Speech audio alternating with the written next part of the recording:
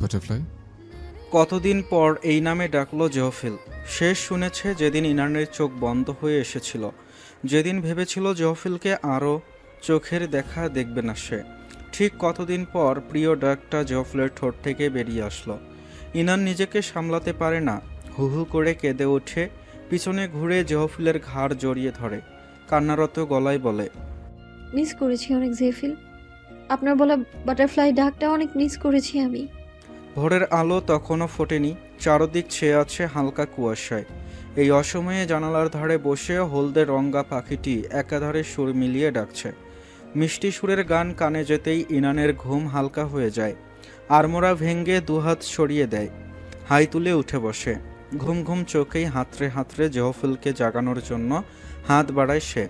ফাঁকা খাটে হাত পড়তেই পিলে চমকায় ইনানের। ঘুম উবে যায় মুহূর্তেই। জহফিল নেই। কোথায় গেল সে? ইনানের বুক কেঁপে ওঠে। অ্যাক্সিডেন্ট হওয়ার পর থেকে জহফিলের ঘুম বেড়েছে। যেখানে ইনানের আগে ঘুম থেকে উঠত, এখন সেখানে দেরি করে ঘুম ভাঙে তার। ইনান কয়েকবার জহফিল বলে ডাকল, সাড়া পাওয়া গেল না। জহফিলের ক্রাচও নেই কোথাও। রুম থেকে বের হওয়ার আগে কি মনে করে বারান্দায় যায় সে। দেখল জহফিল বারান্দার কাউচে মাথা হেলিয়ে চোখ বন্ধ করে বসে আছে।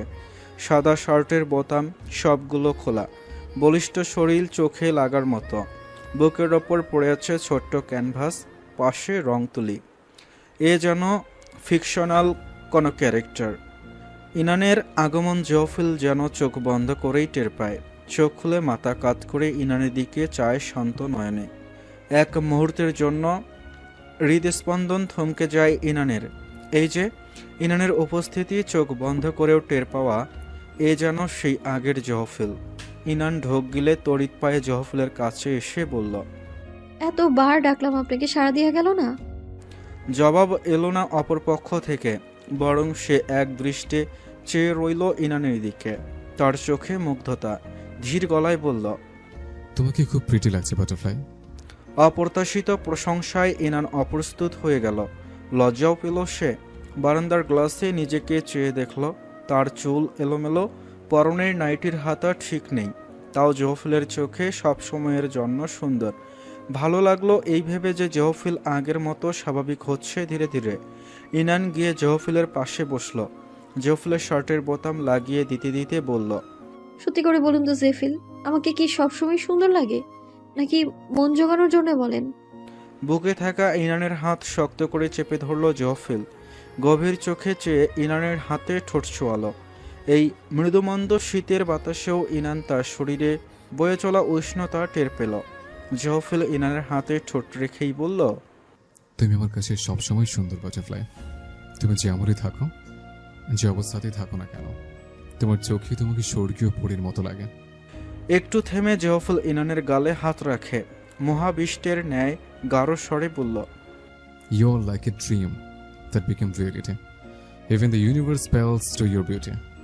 বসন্তের স্নিগ্ধ বাতাস যেন ইনানের মনে দোলা দেয়। গাল কৃষ্ণচূড়ার ন্যায় রক্তিম হয়ে যায়। তার অন্তঃকরণে রং বেরঙ্গের প্রজাপতি উড়তে থাকে। জহফিল জানে না যে তার এই ছোট্ট ছোট্ট কিছু কমপ্লিমেন্টে ইনানের কাছে ঠিক কতটা মিন করে। জহফিলের সামান্য একটা ভালোবাসাময় কথাতেও ইনানের সব খারাপ লাগা, দুশ্চিন্তা কুপূর্বের মতো উড়ে যায়। সারাটা দিন হৃদ মাঝারে অচেনা ভালো লাগার সুর গুনগুন করে গাইতে থাকে। ইনান মুচকি হেসে জহফিলের বুকের সাথে মিশে গেল। আগে যেখানে শান্তি পেত না, যার থেকে ছোটার জন্য মন সারাদিন ছটফট করত, আজ তার বুকে মাথা না রাখলে ঘুম আসে না। তার সাথে না মিশলে শান্তি লাগে না। ভালোবাসা কি অদ্ভুত! যাকে মনে প্রাণে ঘৃণা করত, আজ তাকেই মনে প্রাণে আগলে রাখতে চায় মন। বাবা, তোমাকে আমি বারবার বলেছি আমার পক্ষে সম্ভব না জেফিলকে ছেড়ে থাকা। এমন তো না যে উনি প্যারালাইজড হয়ে গেছে বা অন্য কিছু, সামান্য ভেঙেছে। আল্লাহ না করুক, এখন যদি আমারও সেম অবস্থা হতো, তখন তুমি কি চাইতে জেফিল আমার ছেড়ে চলে যাক? মামুনি এসব কথা বলে না। বাবা, তোমার কি হয়েছে বলো তো? যে তুমি জেফিলকে এত পছন্দ করতে, সেই তুমি এখন জেফিলকে আমার থেকে দূরে সরাতে চাচ্ছ? ইনানের অসন্তোষ গলা। ইফাজ খান চিন্তিত মুখে ড্রাইভিং সিটে বসে আছেন। তিনি ভালো করেই বুঝতে পারছেন তার মেয়ে কথা শুনবে না। নাছোড়বান্দা মেয়ে, তার জানা আছে। কিন্তু এভাবে তো আর চলে না। দেখো ইনান, আমি বলছি না জেফিলকে ছেড়ে দিতে। তুমি আমার কথা বোঝার চেষ্টা করছো না। অ্যাক্সিডেন্ট শুধু জেফিলেরও হয়নি, তোমারও হয়েছে। তোমারও রেস্টের প্রয়োজন। তুমি যদি সবসময় জেফিলের সেবাই করে যাও, তাহলে তোমার সেবা করবে কে? এইখানে তোমার কিংবা জেফিলের কারোই ভালো ট্রিটমেন্ট হচ্ছে না। শহর থেকে এত দূরে বাড়ি, কখন কি হয়ে যায় বলা তো যায় না। তার উপর জেফিলও এখন ঠিক অবস্থায় নেই যে কিছু হলে এগিয়ে আসবে। এই নির্জন বাড়িতে থাকাটা অনেক রিস্কের ব্যাপার। আমি শুধু বলেছি, তুমি না হয় জেফিলকে আমাদের বাড়িতে নিয়ে আসো। আমাদের বাড়িতে আমাদের বাড়ি তো এই বাড়ির চেয়েও দ্বিগুণ বড়। কেউ থাকেও না বাড়িতে, তার চেয়ে ভালো হয় না জেফিলকে ওখানে রেখে চিকিৎসা করানো? বাবা, আমি তোমার মেয়ে, তোমার ইন্টেনশন ভালো করেই বুঝি আমি। তুমি ভাবছো জেফিলের কোনো ভবিষ্যৎ নেই, তাহলে আমাকে দেখবে কিভাবে? কিন্তু বাবা, এটা একদমই ভুল। ওনার আর্টের এক একটার দাম সারা বছরের ইনকামের সমান। আর্ট করতে তো আর পা লাগে না, তাই না? কিন্তু তোমার মন মানে না। তোমার একটা স্ট্রং ক্যারিয়ারের ছেলে দরকার, রাইট? ইফাজ খান বোঝানোর ভঙ্গিতে বললেন। ইনান মামুনি আমার, আমাকে ভুল বোঝো না। আমি ইফাজের কথা কেটে ইনান বলল। তুমি আমাকে ওই পাখির পালকের সাথে বিয়ে দিতে চাইছো, তাই তো? ইফাজ থতমত খেয়ে গেলেন। মোটেই না, আমি আরো যোগ্য পাত্র খুঁজবো তোমার জন্য। ইনান তাচ্ছিল্য করে হাসল।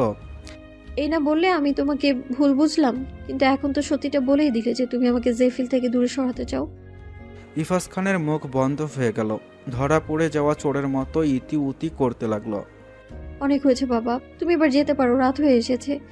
জেফিল উপরে ওয়েট করছে, আমার ওনার ওষুধের টাইম হয়ে গেছে।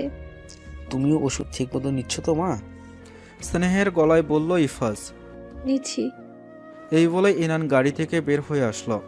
এতক্ষণ তারা গাড়ির ভেতরেই বসে কথা বলছিল। জানালায় মাথা নিয়ে ইনান বলল। তুমি কি শিওর তুমি উপরে যাবে না? ইফাজ দীর্ঘশ্বাস ফেলে বললেন। হাঁটু ব্যথা করছে? জেফিলকে দেখবেও না? আবার তো আসছি। ইনান ছোট্ট করে শ্বাস নিল। এসো, দেখে যেও তোমার জামাইকে। কিন্তু বাবা প্লিজ, বারবার বাড়ি যাওয়ার কথা বলবে না।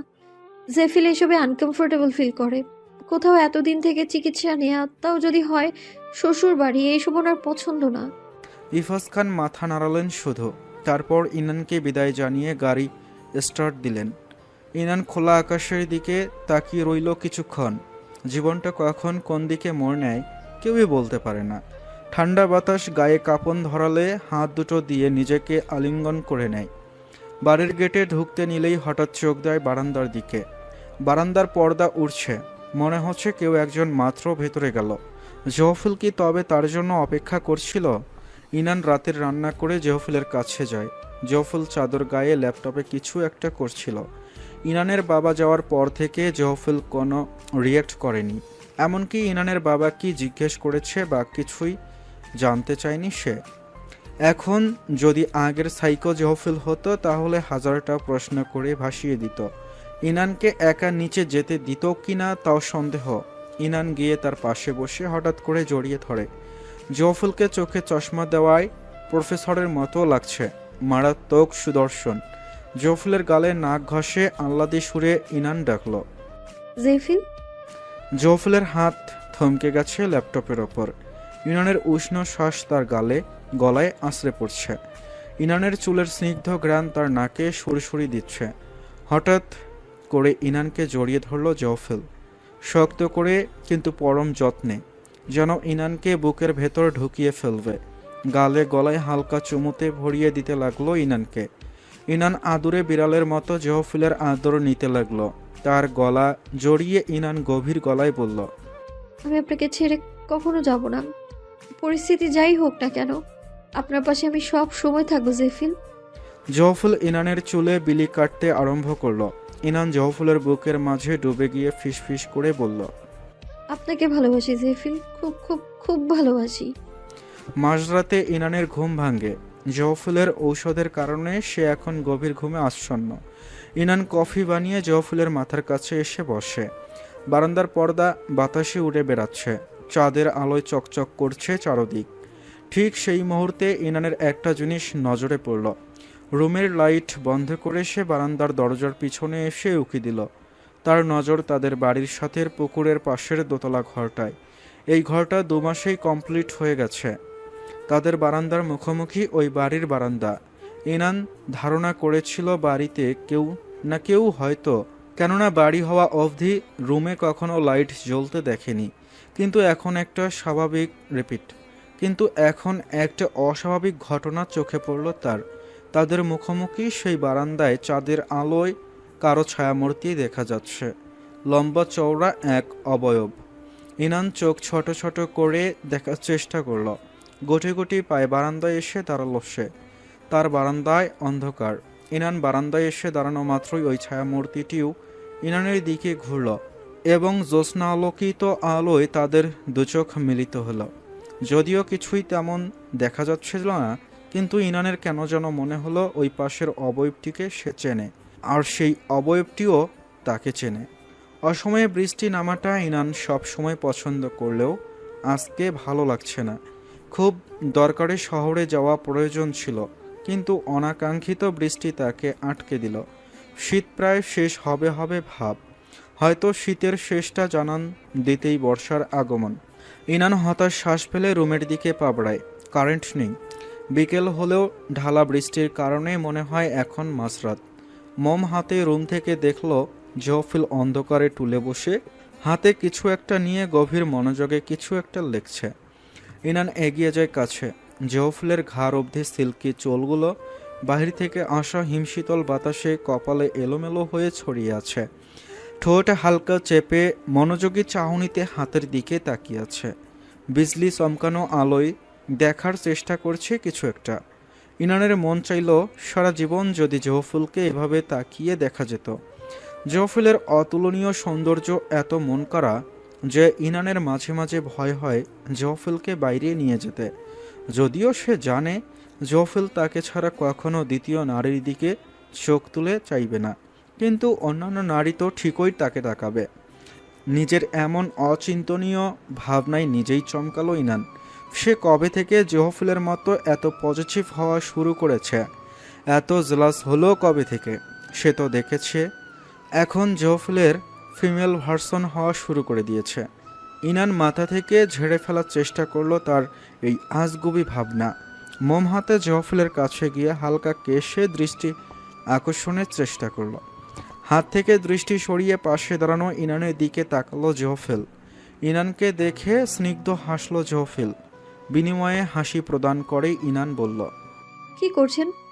হাতে থাকা মোমবাতি জহফিলের হাতের কাছে নিয়ে দেখলো একটা চিকন তুলি।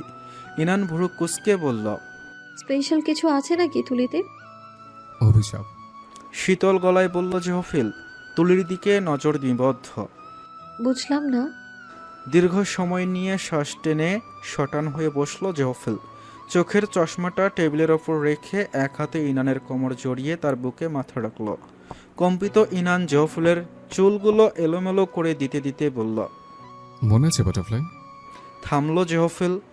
ইনানের বুক থেকে মাথা উঠিয়ে চিবুক ইনানের বুকে ঠেকিয়ে চোখে চোখ রাখলো জহফিল। এই মুহূর্তে জহফিলকে কতটা আদুরে দেখাচ্ছিল ইনান যদি বর্ণনা করতে পারত, ক্যামেরার সাথে থাকলে সঙ্গে সঙ্গেই ক্যাপচার করে নিত দৃশ্যটা। আমি তোমাকে একটা শাস্তি দিয়েছিলাম। সম্বিত ফিরল ইনানের। কি শাস্তি?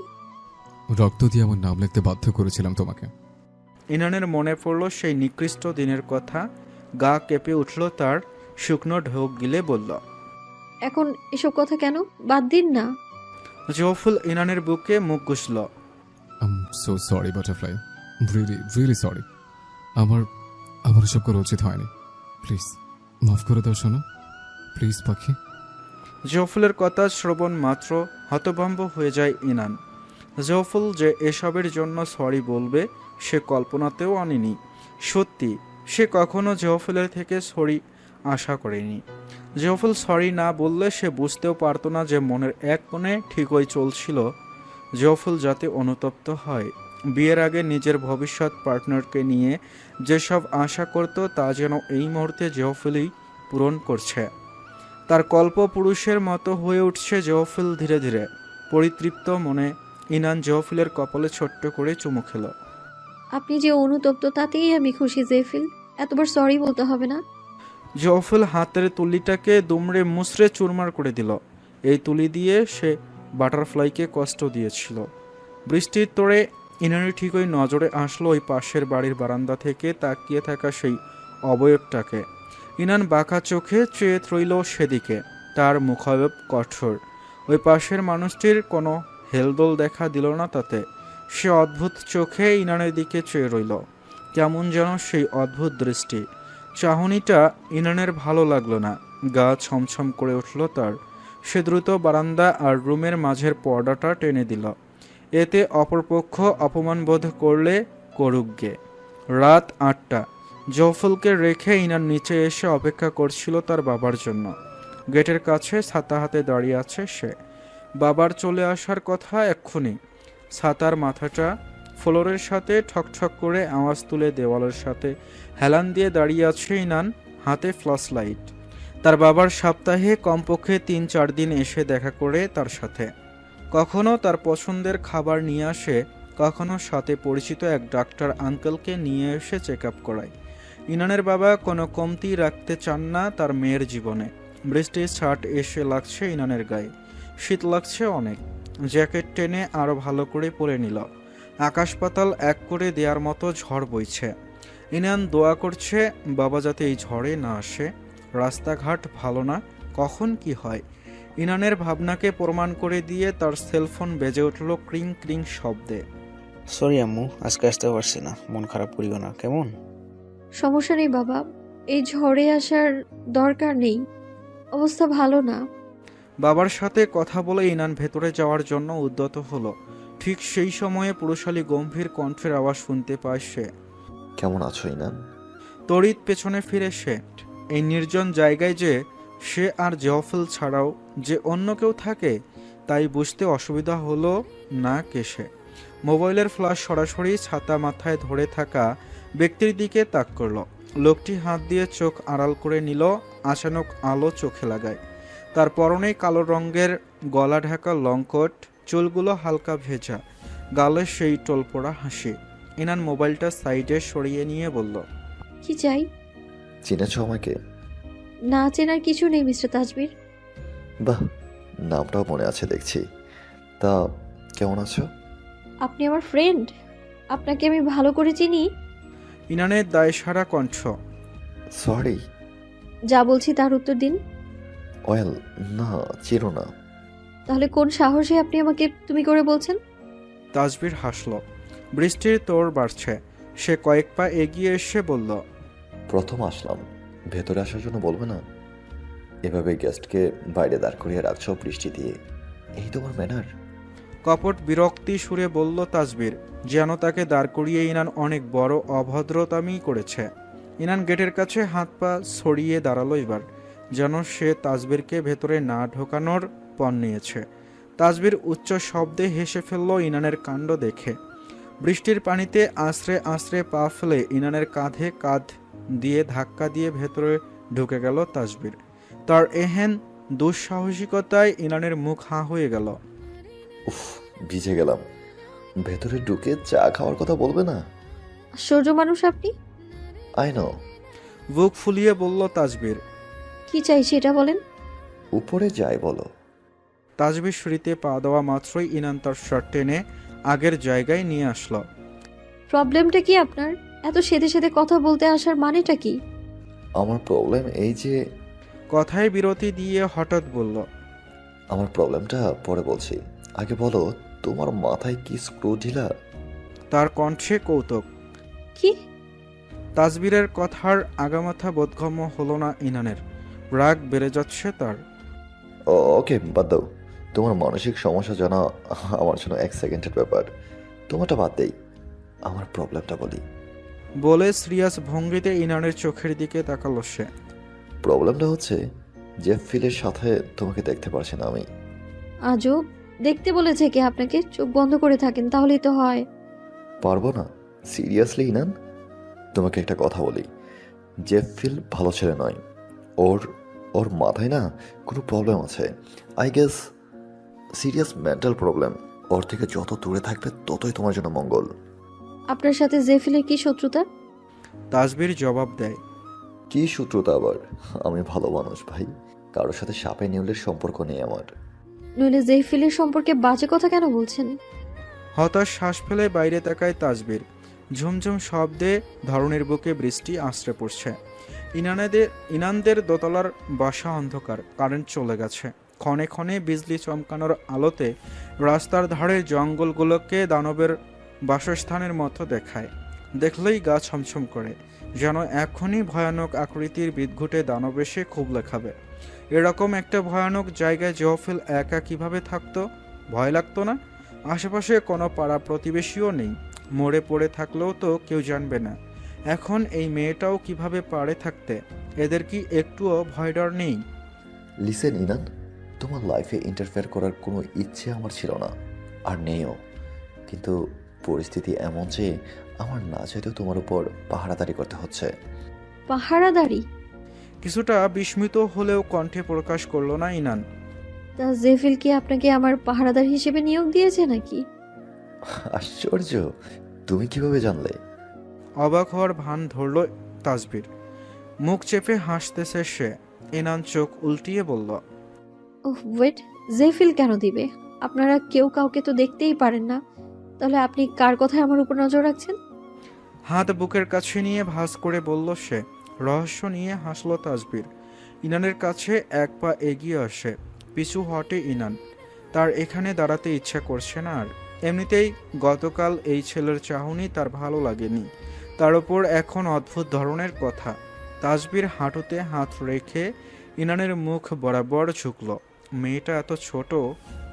এই দূরে দূরে যান, দূরে যেতে বলেছি। খ্যাক করে ওঠে ইনান। বুকে সাহস জোগাড় করার চেষ্টা করতে লাগলো সে। ভয় পাবে না, কিছুতেই না। কিছুটা বিরক্ত হয় তাজবীর। তুমি নিজেকে কি ভাবো বলো তো? পড়ি। আজব একটা মেয়ে। বিড়বিড় করে বলে, সোজা হয়ে দাঁড়ায় সে। যাই হোক, এত ভয় পাওয়ার কিছু নেই ইনান। আমি তোমার ক্ষতি করব না। বিনা বেতনের কামলা খাতে আসছি, তাই খেটে চলে যাব সময় আসলে। সুতরাং আজাইরা ভয় পাওয়ার নাটক করবো না আমার সামনে। অপমানিত বোধ করলো ইনান। নাটক করলাম কখন? অচেনা মানুষ এমন অদ্ভুত বিহেভ করলে যে কারোরই ভয় লাগবে। আর একটা অচেনা মানুষের কাছে নিজেকে সে ইচ্ছায় সারা জীবনের জন্য বিলিয়ে দিলে তাতে ভয় লাগলো না? জেফিল অচেনা নয়, ওরা সম্পর্কে সবই জানি আমি। শুধু পারিবারিক আর্থিক অবস্থা জানলেই চলে না। একটা মানুষের সাথে সারা জীবন কাটাবে, আর তার সম্পর্কে ভালো মতো না জেনেই বিয়ে বসবে? ইনান ধারণা করলো তাজবীর জানে না যে সে কি অবস্থায় বিয়ে করেছে। মেবি তাজবীর মনে করেছে ইনান পারিবারিকভাবে জহফিলকে বিয়ে করেছে। যদি জানতো তাহলে এই কথা বলতো না। তাও সে বলল, কি জানার কথা বলছেন বলেন তো? জেফিল তোমার সাথে যেই বিহেভ করে, মানে যেমনটা একাডেমিতে দেখলাম, তার সম্পূর্ণ বিপরীত সে। ও অ্যাগ্রেসিভ, লাইক নিজের পছন্দ মতো কোনো জিনিস না হলে ও খুব হিংস্র হয়ে যায়। আমার অনেকগুলো স্কাল প্রচার ভেঙেছে ও। সামান্য ত্রুটি থাকলেও স্যার বলে কিছু বলতে পারি না। আর ওকে দেখে যা মনে হয়, ও আর কোনো হিংস্র জন্তুর মধ্যে কোনো পার্থক্য নেই। জানি। নির্বিকার জবাব। জানো, যেন আকাশ থেকে পড়লো তাজবীর। জেনে বুঝেও কিভাবে ওর মতো একটা মানুষকে বিয়ে করলে? শুনেন ভাই, কিভাবে বিয়ে হয়েছে না হয়েছে সেটা বড় কথা নয়। বড় কথা হচ্ছে আমাদের অলরেডি বিয়ে হয়ে গিয়েছে। যা হয়েছে তা আপনি কিংবা আমি তো আর চেঞ্জ করতে পারবো না, তাই না? সো ওইসব নিয়ে কথা বলারও কোনো দরকার নেই। জেফিল হিংস্র পশু তা প্রথম থেকেই জানি আমি। তাও তাকে আমি ভালোবাসি। আপনার বলা না বলায় কিচ্ছু যায় আসছে না। তাই বলছি, এসব আবল তাবল না বকে ভাগেন তো, ফুটেন এখান থেকে। এমনিতেই অনেক টাইম নষ্ট করেছেন আমার। আর না, জেফিল ওয়েট করছে। ইনান ছাতার মাথা দিয়ে তাজবীরের পেটে ঠেলতে ঠেলতে তাকে গেটের বাইরে বের করে দিল। তাজবীর দ্রুত ইনানের ছাতাটা কেড়ে নিয়ে মেলে ধরল। এই মেয়ে এত নিষ্ঠুর, সে আরও অনেক কিছুই বলতো। তার মনে অনেক খটকা আছে ইনানকে দেখে, কিন্তু এই বৃষ্টির মাঝে আর থাকাটা সম্ভব না। বাতাসে ছাতা ভেঙে যাওয়ার জোগাড়। ইনানকে উদ্দেশ্য করে শেষ কথা বলল, you guys are sick, really very sick. তুমিও কম না, মানসিক সমস্যা তোমার। সাইকিয়াট্রিস্ট দেখাও, ঠিক হয়ে যাবে। সে চলে যাওয়ার জন্য পা বাড়ালো। তখনই পিছন থেকে ইনানের ডাক শোনা গেল। ওয়েট, বললেন না তো কে আপনাকে বিনা বেতনে হায়ার করেছে আমায় পাহারা দেওয়ার জন্য? তাসবির পেছনে না ঘুরে শুধু মাথাটা ঘুরিয়ে তাকিয়ে বাঁকা হেসে বলল, আছে একজন, একটা হিন্ট দেই, তাকে কিন্তু তুমি চিনো। এই বলে দাঁড়ালো না, গট গট পায়ে বিজলির আলোয় হেঁটে চলে গেল। ইনান যেন বাঁচল। কারেন্ট চলে যাওয়ায় মোবাইলের লাইট অন করে ওপরের সিঁড়িতে পাবড়াতেই কেউ একজন তার কোমর শক্ত করে চেপে ধরে মুখ চেপে ধরল। অতর্কিত আক্রমণে ইনানের হাত থেকে মোবাইলটা পড়ে যায়। আগন্তুক তাকে ট্রেনে হিসড়ে নিচতলার গোডাউনে নিয়ে গিয়ে নোংরা মেঝেতে আশ্রয় ফেলে দেয়। ইনান চিৎকারের সুযোগটুকুও পায় না। তার আগে আগন্তুক চেপে বসে ইনানের পেটের ওপর। এক হাতে ইনানের হাত দুটো ধরে আরেক হাতে ইনানের পরনের টপ ছিঁড়তে শুরু করে। মুখ ছাড়া পেয়ে ইনান আকাশ পাতাল কাঁপিয়ে চিৎকার করে ওঠে, কিন্তু হায়, গগন কাঁপানো বজ্রপাতের আড়ালে তার চিৎকার চাপা পড়ে যায়। যেন আকাশটাও ইনানকে বুড়ো আঙ্গুল দেখিয়ে ইনানের চিৎকারের সাথে পাঞ্জা লড়ছে। সেই মুহূর্তে গোডাউনের ভাঙ্গা জানালা দিয়ে বিজলির আলোয় হামলাকারীর মুখ দেখতে পায় ইনান। আত্মা কেঁপে ওঠে তার। শরৎ, তার ফ্রেন্ডদের একজন। ইনান জফলের নাম ধরে জোরে জোরে চিৎকার করে ডাকে। শরতের থাবার মধ্যে থেকে ছাড়া পাওয়ার জন্য মশরামশরি শুরু করে দেয়। ইনানের বৃথা চেষ্টা দেখে শরৎ কুৎসিত হাসল। অনেকদিন পর পাইছি তোরে মা, এত সহজে সাইডে দিবি ভাবছোস? তোর কোন নগরে ডাকবি না, দেখি আসি কিনা। শুয়োরের বাচ্চা, কম জ্বালাস না আমারে। তোর বাপ আর তুই আমার জীবনটা নরক বানায় ফেলছোস।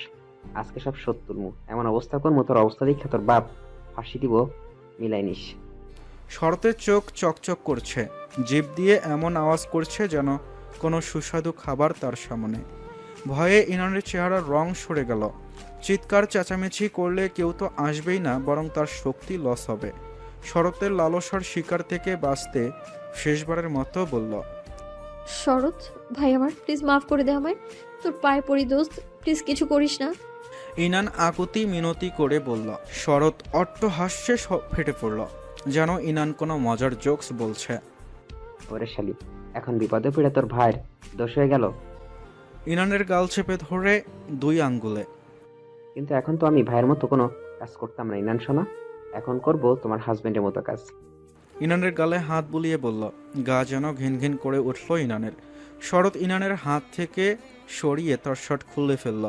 ইনানের টপের বুকের অগ্রভাগ টেনে ছিঁড়ে ফেলল সহসা। বক্ষবন্ধনী স্পষ্ট দেখা গেল তার। ইনান ডুকরে কেঁদে উঠল। জফিল ছাড়া অন্য পুরুষের ছোঁয়া তার শরীর স্পর্শ করবে ভাবতেই গা গুলিয়ে গেল। শরৎ তার মোবাইলের ফ্ল্যাশ অন করে ইনানের বুকের সামনে ধরল। ঠোঁট দিয়ে জিভ ভিজিয়ে লোভাতুর চাহনি মেলে ধরল ইনানের বক্ষ ভাঁজে। ইনান ক্রন্দনরত গলায় একাধারে মিনতি করেই যাচ্ছে, এর চেয়ে মরে যাওয়াই ভালো আছে। না, এমনি মজা পাইতেছি না, ভালো করে দেখতে হইব। ইনার খোলার জন্য কাঁধে হাত দিতেই শরৎ তার মাথায় ওহ শব্দ তুলে মাথার পেছন চেপে ধরল সে। ফ্ল্যাশ অফ হয়ে গেছে। সেই সময় পেছন থেকে কেউ একজন শরতের চুলের গোড়া মুঠোয় বন্দি করে তাকে উফড়ে ফেলল ইনানের ওপর থেকে। শরৎ কুকুরে গেল ব্যথায়। মাথায় হাত দিয়ে দেখল তার চেপে ধরা চুলগুলো নেই, তার জায়গায় লাল রঙের তরল গড়িয়ে পড়ছে। কোন কুত্তার বাচ্চা? তার গলার স্বর চাপা পড়ে গেল। লোকটি যখন পা দিয়ে তার গলা চেপে ধরল শক্ত করে, শ্বাস বন্ধ হয়ে আসতে লাগলো তার। হাঁপড়ের মতো হাঁসফাঁস করতে লাগলো সে। বিদ্যুৎ চমকানোর আলোয় আবছা চোখে দেখল তার জমদূতকে। ইনানের বাসা থেকে 2 কদম আগাতেই তাসবির খেয়াল করলো তার হাতে ইনানের ছাতা। সে তখন ইনানের হাত থেকে ছাতা হ্যাসকা টানে নিয়েছিল, আর নিজেরটা নিচেই পড়েছিল। একবার ভাবলো ইনানের ছাতা নিয়েই চলে যাবে, আরেকবার ভাবলো না, একবার ইনানের ঘরে ঢু মেরে দেখা দরকার, ছাতা ফেরতের উছিলা হয়ে যাওয়া যায়। তাই তাসবির আবার ব্যাক করলো। বৃষ্টিতে তার কোটের নিচের অংশ ভিজে চুপচুপে হয়ে গেছে। পা টেনে টেনে ইনানের গেটের কাছে আসতেই দেখলো ইনানের মোবাইলের ফ্ল্যাশ অন করে উল্টো পড়ে আছে। কপাল কুঁচকে গেল তার। ইনানের মোবাইল পড়ে আছে কেন? আর ইনানই বা কোথায়? মোবাইল নিচে ফেলে কোথায় গেল? গেটের ভেতরে ঢুকতেই অস্পষ্ট চিৎকার তার কানে বাড়ি খেল। কান খাড়া হয়ে গেল তাসবিরের। দ্রুত পদে চিৎকার অনুসরণ করে গোডাউনের সামনে আসলো। নিজের ফ্ল্যাশ অফ করে দরজা খুলে দেখল ইনানের শরীরের ওপর একটা ছেলে ইনানের জামা খোলার চেষ্টা করছে। চল শক্ত হয়ে গেল তাসবিরের। দাঁতে দাঁত চেপে নিচ থেকে মোটা লাঠি নিয়ে শরতের মাথা বরাবর আঘাত করল। শরৎ ইনানের ওপর থেকে সরে যাওয়ার সঙ্গে সঙ্গে তার ভারী জুতা দিয়ে গলা চেপে ধরল। শরৎ ছটফট করতে করতে কিছুটা কাবু হলে তাসবিরি তাকে ছেড়ে কোট খুলে ইনানের গায়ে পরিয়ে দেয়। কাঁদতে কাঁদতে ইনানের গলা বসে গেছে, ফ্যাসফ্যাসে গলায় কাঁদছে সে। আজ যদি তাসবিরি তাকে না বাঁচাতো, ইনানকে ধরে তাসবির দাঁড় করায়। বিচলিত গলায় বলল,